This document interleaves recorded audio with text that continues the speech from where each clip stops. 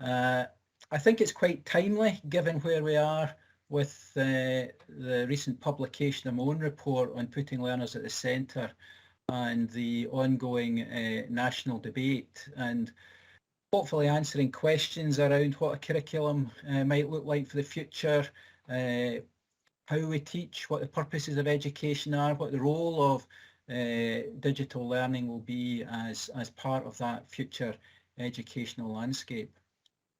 But when I was preparing my report, I did a lot of background reading and a lot of engagement, and I want to try and share as much of that as possible in looking at what the future holds in terms of digital learning in Scottish education.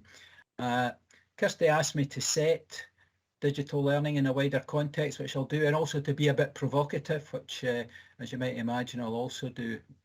And there's no doubt in my mind that there are lots of potential advantages in digital learning as an important part of the future of Scottish education, and I'll touch on that.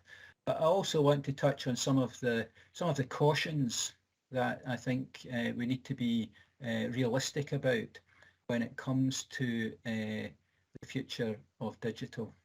As I say, I did a lot of reading. One of the slides that I was particularly taken with was this report by the World Economic Forum on realising human potential in this fourth industrial revolution, as it talks about. This is the world of business, industry, commerce, characterised by things like 3D printing, advanced robotics, artificial intelligence, this so-called Internet of Things, which is basically just about the extent to which networks, people, devices are all interlinked with each other. And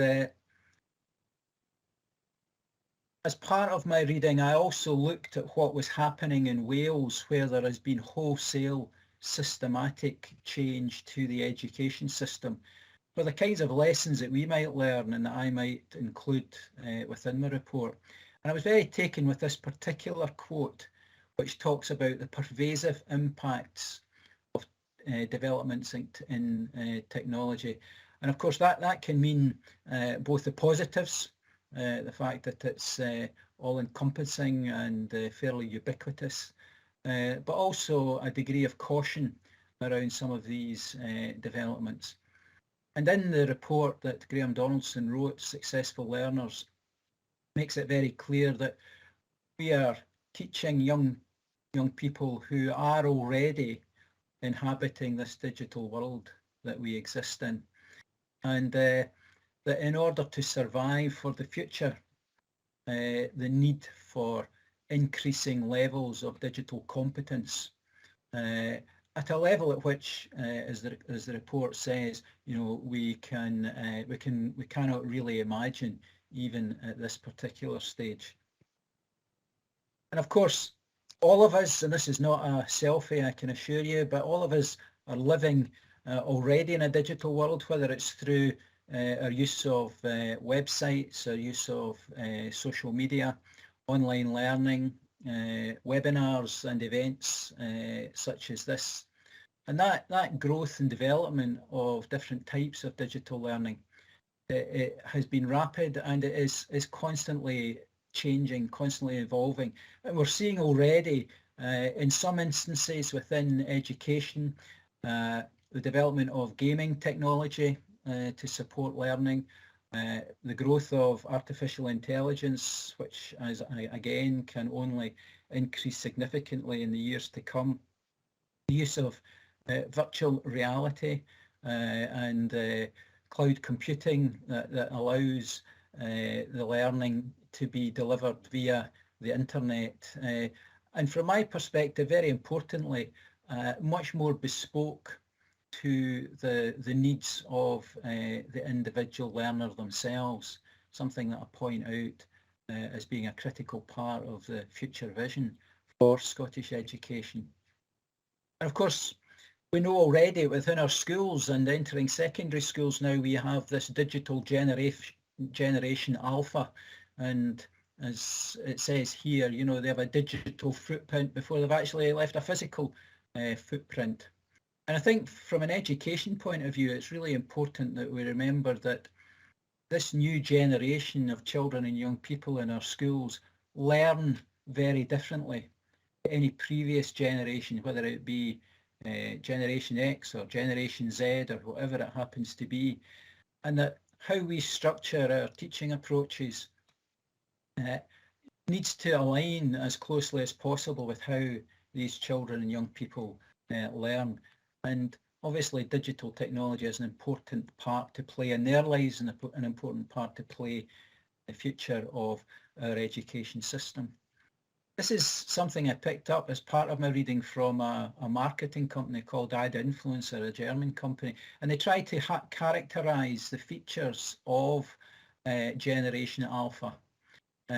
Hyper-connected, very independent, preferring visual approaches and such like, very technologically advanced because they are so hyper connected, and interestingly very diverse in their outlook, not just as it says there, demographics such as race and gender, but also their interests, their lifestyles, points of view. So one of the challenges for us, I think, in Scottish education is, as we look to the future, is recognising the types of learners that we currently have in the system and who are likely to become even more digitally aware and digitally engaged than even the current generation, Generation Alpha. At its simplest, learners today in our schools have opportunities to learn in a way that best suits them through the likes of these massive open online courses. Many universities offer them. If you look at Khan Academy and more recently Khan for Kids, you know, children can engage in lessons out with the school context, out with their school context, accessing through digital means learning that in some cases, and the feedback I've had from some of them is more interesting, more interactive and more useful than some of what they actually get in schools today. And Jean Tweng in her book iGen talks about this internet generation and this climate of connectivity that makes a generational shift that we are seeing before our eyes in schools much more significant than has ever been the case in the past. And part of what I'm interested in, and one of the reasons why I was so keen to mention this in my report, is that, you know, we need to find ways in which we are as well prepared as we possibly can for this internet generation and how digital technology can support the learning of children and young people forward.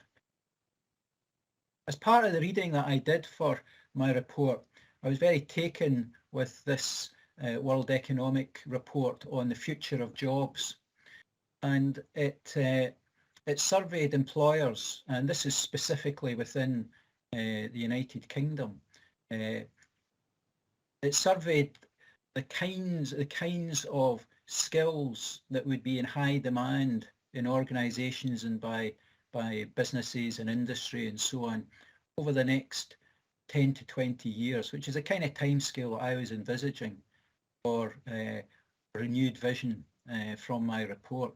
And you can see there a lot of reference to, either directly or indirectly, to digital technology being very important in terms of the kinds of skills that business and industry are looking to for the future from learners coming out of our education system. What it also talked about were some of these industries and developments within business and industry in the world of work that are likely to be much more pertinent and beginning to emerge within the world of work. And you again can see digital technology and the digital environment being a much more significant part of their world of work than even is the case just now. And as part of this work, the kind of technologies that companies, business, industry are likely to be adopting by the year 2025. I don't think you should get too hung up on the blue bars and the kind of cream bits of the bars and so on. The important bit really is the list of technologies down that left-hand side. We're already seeing lots of these within the world of work today. And the reality is that these are only going to increase in years to come. And over the timescale, I envisage a future vision for education taking place the next 20 years. Many of those will become much more pertinent and much more apparent in the world of work than they currently are at the moment. And that's reflected when we look at an international level on what the kinds of characteristics of future curriculum might look like. And this UNESCO report identified what they felt to be a number of skills and competencies that will be particularly important for future education systems to consider. And of course, digital technology, ICT skills are a very important part of that. But also at this point, worthwhile pointing out, not the only part of the future curriculum. I'll come back to that later on in this presentation. We often look to Finland, and as some of you will know, I've done a lot of work in that part of the world in the past.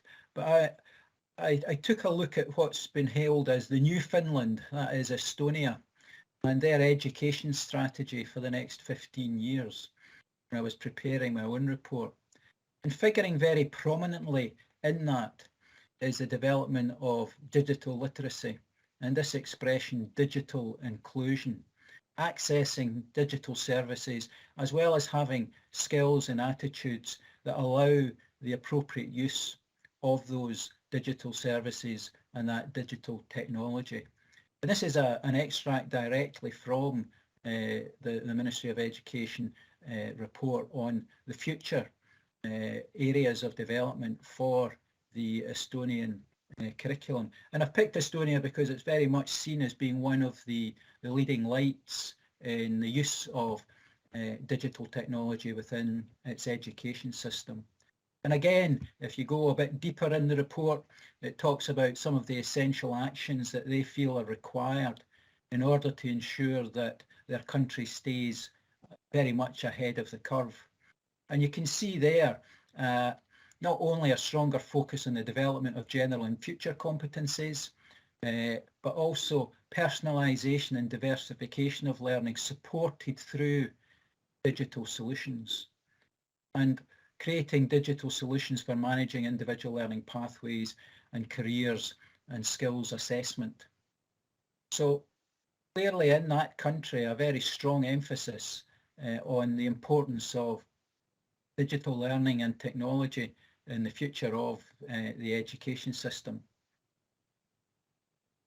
And in Scotland, we've already begun to give some thought to what that future environment might look like, characterised, I think, best by the work of the Scotland's Future Forum and the Goodison Group that have identified a number of areas that they think are part of the vision for the future of Scottish education.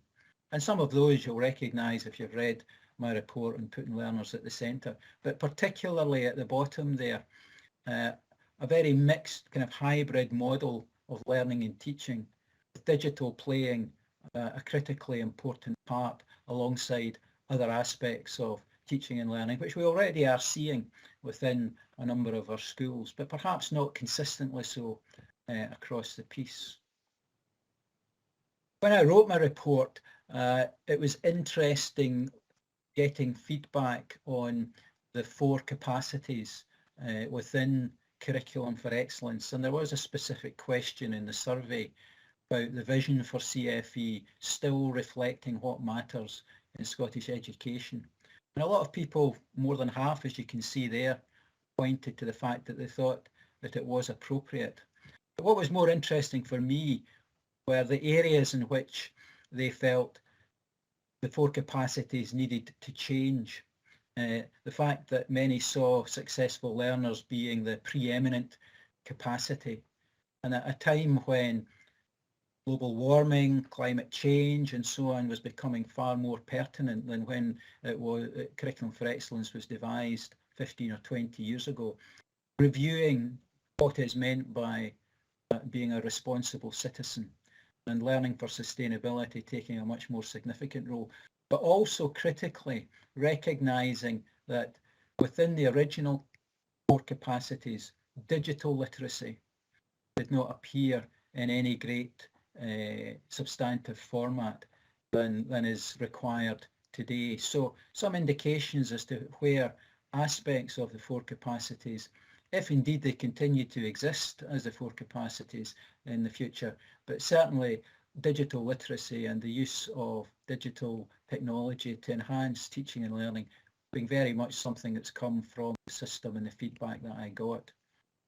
And we asked specifically questions in our survey about the extent to which technologies are fully and appropriately used to support not just learning and teaching and to support the curriculum, but also to support assessment.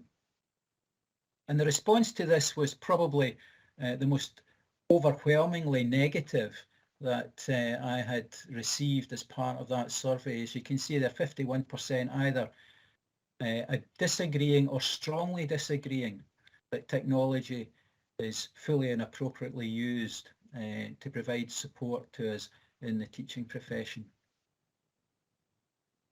It was noted, however, in the return that there are a number of ways in which technologies do just that, facilitating lessons and assessments when a pupil's out of school, providing remote access to areas of the curriculum, which of course we've seen particularly enhanced on the back of COVID, whether it's been through Scholar or whether the enhanced use of eSchool, we're seeing a lot of that happening.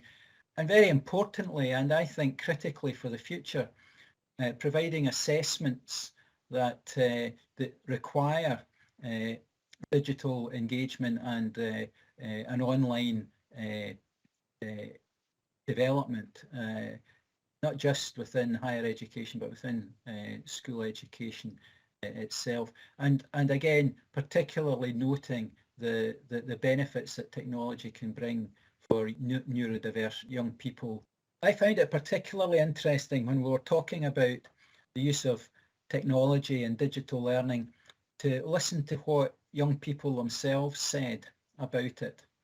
And I've picked out in this slide, just fairly much at random, a number of quotes that I think directly from learners in both primary and secondary about the use of technology. And you can see for yourselves there, without going into the quotes in any detail, some excellent practice out there already, supported by the digital strategy, supported by the work that Kirsty and her team have been doing within Education Scotland, and other players in the system have been developing through time. But what I also found interesting was looking at where there were more negative pictures about the use of technology and the extent to which they were able to engage in digital learning. Children themselves recognising the potential for the use of digital technology, perhaps more so than some of their teachers.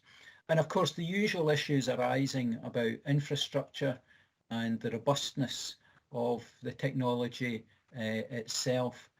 And very importantly, at the bottom there, the extent to which, or the suggestion about the extent to which teachers themselves are sufficiently skilled and supported to deliver learning in a digital way where that is most appropriate, and to access technology that motivates and enhances learning.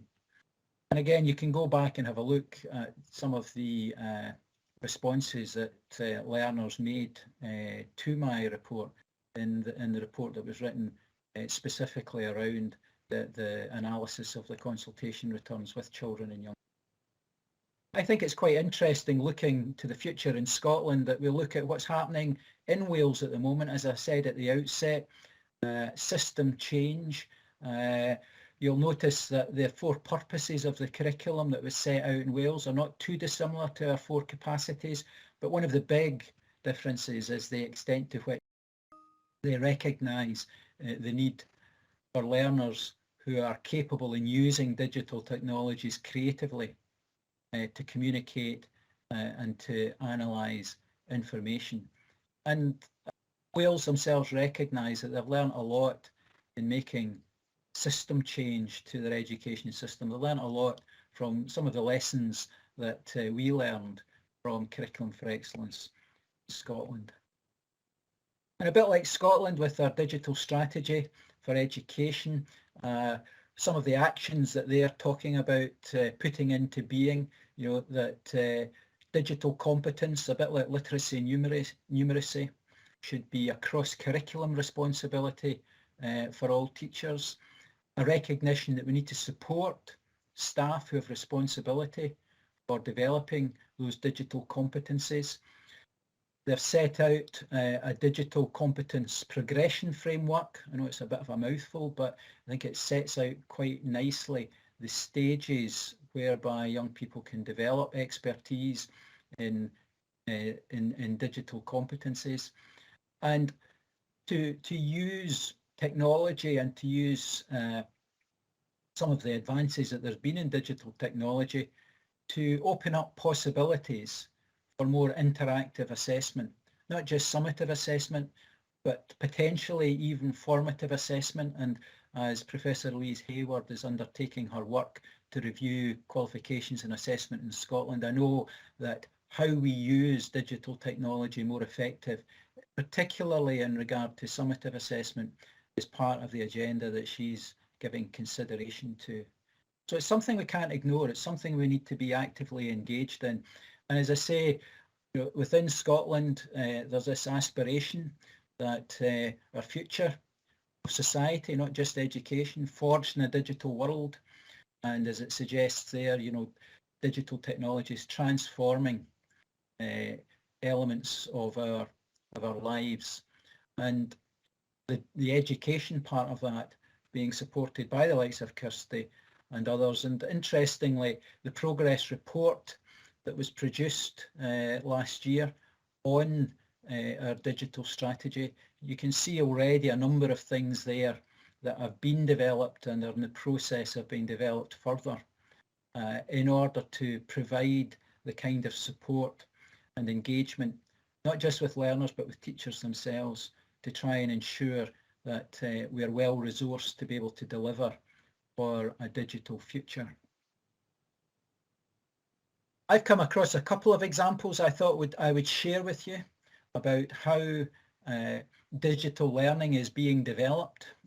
This is one particular example from the Vardy Foundation, supported by Sir Peter Vardy and his foundation, called Generation Plus, Gen Plus, which is a highly engaging programme of online and taught activities that are designed to build leadership, as it says there, and develop some of the meta skills that I think we all recognise that young people need for the future, particularly in the back of COVID, things like building resilience, but also acting on their initiative, developing problem-solving skills, and so on. And one of the things that particularly appealed to me in this, and again, I can't do justice to this particular project or the next one I'll talk about in the relatively short time we've got, but one of the things that attracted me to Gen Plus was this journal, or what they describe as an e-portfolio, which is embedded within the package that they're offering. Free of charge, it has to be said, but evidencing the skills that young people develop and the competencies that develop. And that for me is a really important part of the future vision for not just digital education, but the education system as a whole, that we recognise that learning takes place from birth right the way through as lifelong learners, and that we the metrics that we've traditionally used around examination results really don't cut it for the future. And one of the reasons why I was keen that the Scottish Credit and Qualifications Framework plays a much more significant role in the education system was simply to ensure that the metrics around what we value go beyond just examination results, and some kind of online digital e-portfolio, very akin to what Gen Plus have developed and is there just now, is very much aligned to the good use of technology in a digital format supporting learning, and very much what I envisage myself as part of the future of the education system. As I say, I can't do justice to it, but if any of you are particularly interested in knowing out a bit more about the Gen Plus programme run by the Vardy Foundation, there's an email address that you can get in touch with.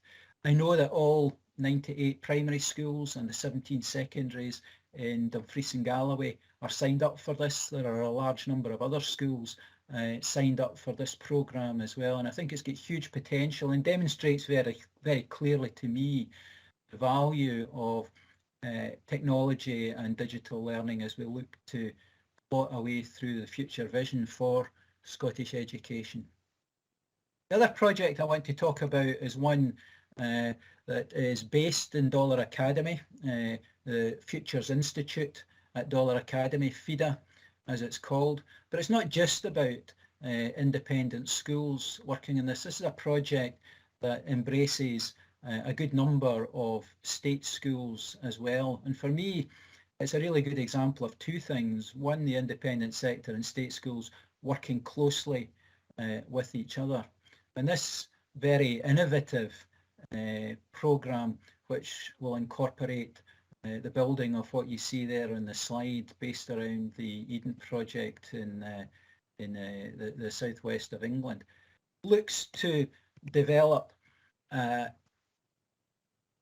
number of practices that use technology to enhance learning. And I've simply taken a slide here. The number of schools and the number of programmes that are available has increased significantly since this handout was prepared. But you can see there roughly what this FIDA project is looking to do. Again, you know, I can't give justice to it in the time I've got, but creating opportunities for digital prototyping labs, creative art spaces, sharing of emerging educational practice and technology, and the availability of a space, a creative space for all manner of activities to take place, including those that are based very much around the digital environment within which we inherit. I'm confident that Ian Munro, the rector at Dollar, would be interested in hearing from any of you watching this to get more information about the FIDA project. As I said, I think it's a very good illustration, as is the Gen Plus project, which neither of which you might have heard of, but very good illustrations of how technology can enhance the quality of learning and teaching and prepare young people for the kind of future world in which they're going to be working and living. I want to just touch on a couple of the kind of cautionary notes now, and I start with this simply because it illustrates something that I talk about in my report, Putting Learners at the Centre. That territory between policy and practice in Scotland is very complex. It's inhabited by lots of organisations, lots of players. It also is inhabited by the Scottish Government's various policy directorates. And what we have, of course, not just our digital strategy in the middle there, but we've also got our strategy for STEM, and we've also got an AI strategy. And I think this is, whilst all are commendable, I think one of the things that I've made very clear in my report to Scottish Government is when I talk about reform at all levels, it includes bringing policy together in such a way that hard-pressed teachers, head teachers, practitioners in our schools and colleges can see clearly what the expectations are and what the direction of travel is.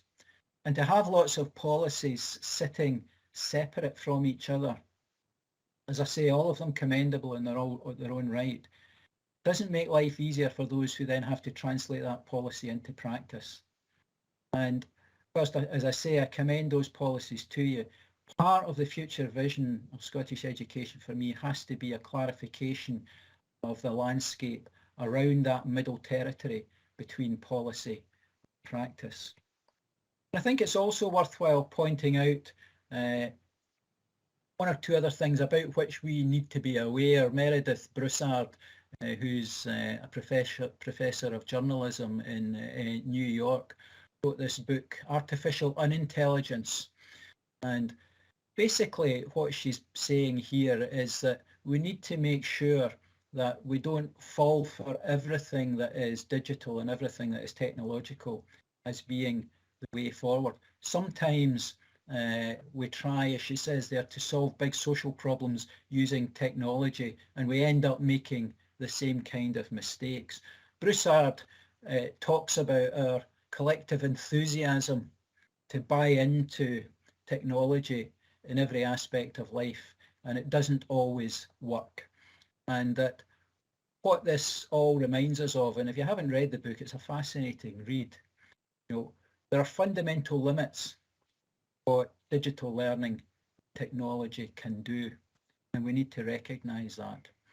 And that's been emphasised also by Virginia Eubanks. Again, I came across this book preparing for writing my report.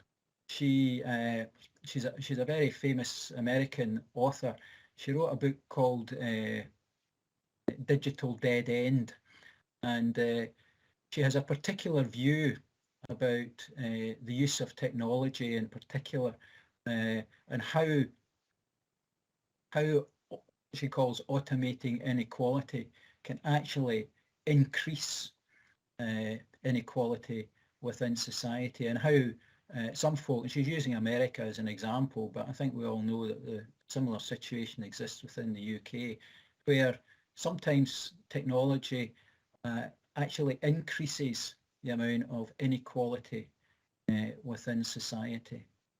And we need to be mindful of that, particularly in a Scottish context where digital developments and technological developments, part of this global environment within which we work in, can actually still leave some folk behind. Ian Golden, the Professor of Education at Oxford, spoke a few years ago at a conference in Edinburgh, and even before COVID, made the comment about globalisation accelerating change, which we're all experiencing, actually leaves a number of folk behind. And these photos are all from Scotland, and you'll recognise, I'm sure, some of them. That digital divide has been further developed and further highlighted as a result of COVID, where many of you in your schools will have children who have been able to access digital technology to maintain learning, while others have been unable to do so.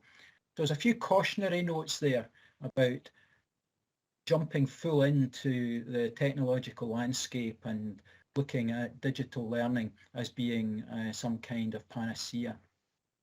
I think it's interesting when you listen to folk like Professor Rose Lucan, who is sometimes referred to as Doctor Who of artificial intelligence. She herself, promoting artificial intelligence at the bottom, reminds us that it's not just artificial intelligence that we should be looking to develop, it's also human intelligence that will prepare folk to use artificial intelligence in positive and sustainable ways. And again, if you haven't read any of Rose Lucan's work, it's very thought-provoking indeed. So where we want to go to in summing this up is what I think Andy Hargreaves and Michael Fullan set out in this slide, which is moving to deep learning supported by digital learning and by technologies. And as it says at the bottom there, moving from a system where perhaps technology has been used at its simplest level from transmission and consumption to a situation where technology helps to connect learning, helps to amplify learning, helps to engage the types of learners that we have in our education system just now much more effectively with the learning environment. And a number of other things there that, moving from what are sometimes seen as very traditional education systems to ones that promote deep learning that's relevant for the kind of future life and the future work environment within which our learners will find themselves. And just to give a quick mention to Hargreaves and Fullen's 6 global competencies, creating an education system with a vision that these competencies are part and parcel of what we do on a day-to-day basis with our learners, encouraging those 6 C's as they talk about collaboration, communication, character, creativity, citizenship, critical thinking. And as we look to the future vision for Scottish education, as we look to what our 4 capacities or variations of our 4 capacities might look like, very strong message coming through that we need, as well as developing and offering opportunities for digital learning, these human characteristics, these human competencies have a really important role to play. And that relationship between digital learning and how technology can support the creation and the development of these competencies is an important part of that national discussion that's ongoing at the moment. And I'll certainly be interested in seeing what emerges from that. To finish off, in preparing for this, there are a number of questions that were raised in my mind, and I know that you'll have many that you might want to raise with me. I think there are a number of questions on digital learning, which I think are worthwhile posing to ourselves and perhaps even discussing with each other. Is digital literacy or competency in all matters digital as important as literacy and numeracy, given the kind of world within which Generation Alpha are going to inhabit? Are we really preparing our learners for today for that digital future? A lot of the work that's being done just now by Kirsty and her team through the digital strategy, through the AI strategy and so on, are all directed towards ensuring that learners are as prepared as well as they can be. But again and again, from a teacher education point of view, are our teacher education programs adequately preparing young teachers to engage with Generation Alpha and the digital world within which they will find themselves operating throughout the course of their career over the next 20 or 30 years? The issue about coherence and policy I've already made. And a very important element to this, of course, is how do we ensure that teachers and practitioners have the ongoing professional learning to reflect the very fast changing digital world in which we exist. And then 2 final questions, which I think actually sum up where we might be in the future. I've included this slide from Anthony Painter from Royal Society of Arts, who positioned himself in the year 2080, looking very much to the future and looking back on the 30 years of his life. I'll just give you time to reflect on what he says here. This is worst case scenario stuff. He's looking back to the year 2050 when he was born, how the world has changed in that time. And this was really quite a shock to me when I read this, because it did beg the question, how are we preparing children and young people in our vision for the future of Scottish education, in an education system that will be considerably more digital than it is at the moment, that will have an array of technologies that are even more significant in their lives than those that exist today? How do we prepare our education system for this potential scenario at some point in the future. Some of it's happening already, and I think obviously our hope is that the worst case references there do not come to pass. But how do we ensure that children and young people are prepared for a very different kind of future to the world that we've got just now? And what is the role of technology and digital learning in that? So I'll leave you with two questions that I think are particularly important. And they're derived from the positives and negatives of digital learning as stated by this Chartered Institute of Personnel Development. Again, it's a worthwhile read. But what should learning and education systems look like in this highly digital world and increasingly digital world within which we live? If we are to live our lives, meaning, significance, and work together to solve the kinds of problems that Anthony Painter has suggested could exist over the next half century. And as I've hinted at, as well as developing digital competencies, how do we develop human competencies that enrich our lives and which complement the digital competencies and doesn't compete with them? So a few things then to be thinking about on the back of this. I hope I've given you a bit of an indication of how some of this ties into the work that I did in producing my report and also the report from the consultation with children and young people. There's a lot in both of them, I would suggest. And I look forward to engaging with you on any questions that emerge from this presentation. Thanks very much.